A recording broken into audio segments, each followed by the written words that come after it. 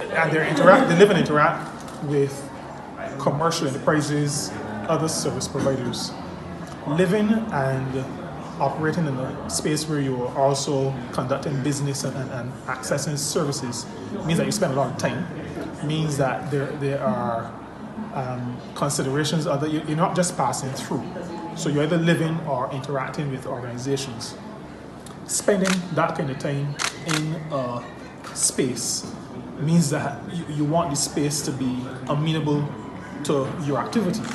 So it has to be amenable to your living, to your moving around, transportation, whether it is walking or moving via some, cycling or driving, has to be amenable to that, has to be safe.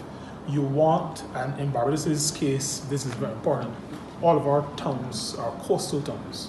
So when we talk about resilience and that kind of thing, we're really talking, and we talk within the context of climate change.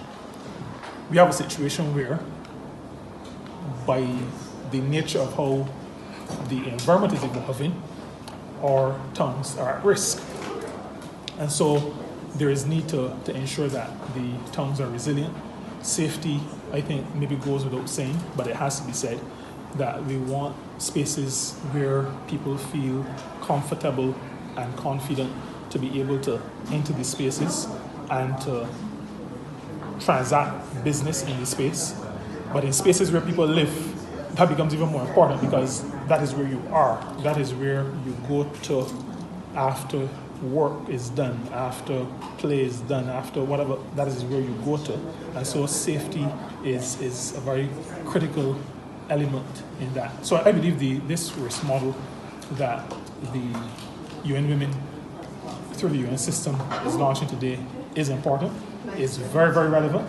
You would note that we've been talking in Barbados about bringing life back to British Town, for example. So Prime Minister has spoken to many projects, Pierhead, along the Corinage Carly House, going down Traverse Way in that area. She's also talked about urban regeneration in terms of bringing along neighboring communities. She has spoken about the Treasury building, trying to repurpose that, or the intention is to repurpose that for habitation. And so in Barbados we are deliberate in terms of wanting to bring life back to our cities. And so a model like this, where we're talking about resilience and safety and sustainability and those kinds of things, is very important, and it is something that we are committed to.